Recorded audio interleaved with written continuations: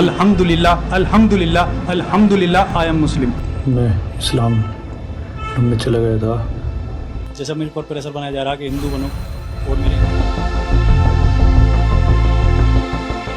নিজের ইচ্ছায় ইসলাম ধর্ম গ্রহণের মাত্র কয়েক সপ্তাহের মাথায় পুনরায় হিন্দু ধর্মে ফিরে গেছেন ভারতের উত্তরপ্রদেশের বাসিন্দা আয়ুষ মালিক।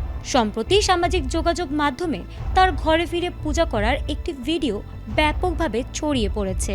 ভিডিওতে আয়ুষ দাবি করেছেন তার ইসলাম গ্রহণের সিদ্ধান্তের কারণে তার মা বাবা মারাত্মক মানসিক কষ্ট ও সামাজিক লাঞ্ছনার মধ্য দিয়ে যাচ্ছিলেন। জন্মদাতা পিতামাতার এই কান্না ও কষ্ট সইতে না পেরেই তিনি সম্পূর্ণ নিজের ইচ্ছায় স্বধর্মে ফিরে এসেছেন। मैं इस्लाम में चला गया था। তবে আয়ুষের এই নাটকীয় ইউটার্নের নেপথ্যে কেবল পারিবারিক আবেগ নাকি গভীর কোনো আইনি কৌশল রয়েছে তা নিয়ে নেটিজেন ও সাধারণ মানুষের মধ্যে তীব্র জল্পনা ও বিতর্ক শুরু হয়েছে। जैसा मेरे पर प्रेशर बनाया जा रहा है कि हिंदू बनो और मेरे এর আগে ক্যামেরার সামনে আয়ুষ অত্যন্ত দৃঢ় গলায় স্পষ্ট করেছিলেন যে তিনি কোনো প্রলোভন, ব্রেন ওয়াশ বা জোর জবরদস্তির শিকার হননি।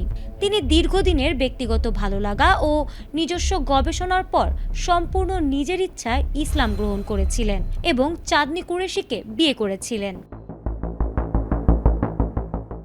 কিন্তু ঘটনার মোড় সম্পূর্ণ ঘুরে যায় যখন আয়ুষের প্রভাবশালী ব্যবসায়ী বাবা উত্তরপ্রদেশের কঠোর ধর্মান্তর বিরোধী আইনে মামলা দায়ের করেন।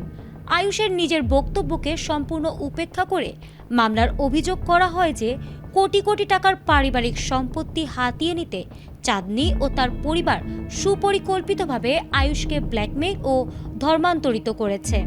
এই মামলার জেরে উত্তরপ্রদেশ পুলিশ অত্যন্ত কঠোর পদক্ষেপ নেয় এবং আয়ুষের স্ত্রী চাঁদনি ও শ্বশুর সহ পরিবারের 4 জনকে গ্রেফতার করে কারাগারে পাঠায়। পুরো শ্বশুরবাড়ি আইনি জাতাকলে আটকে যাওয়ার পরপরই আয়ুষের এই সনাতন ধর্মে ফেরার বিষয়টি সামনে আসে।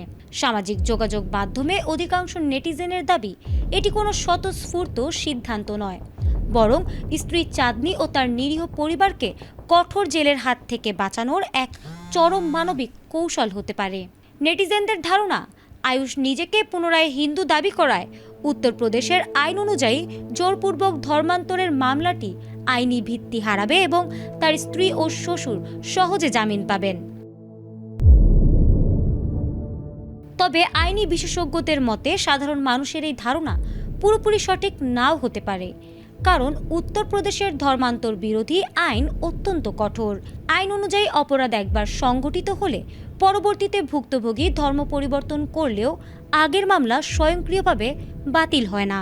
ফলে জামিন বা মামলা থেকে মুক্তি পাওয়া সম্পূর্ণভাবে আদালতের বিচার ও পুলিশি তদন্তের ওপরই নির্ভর করছে।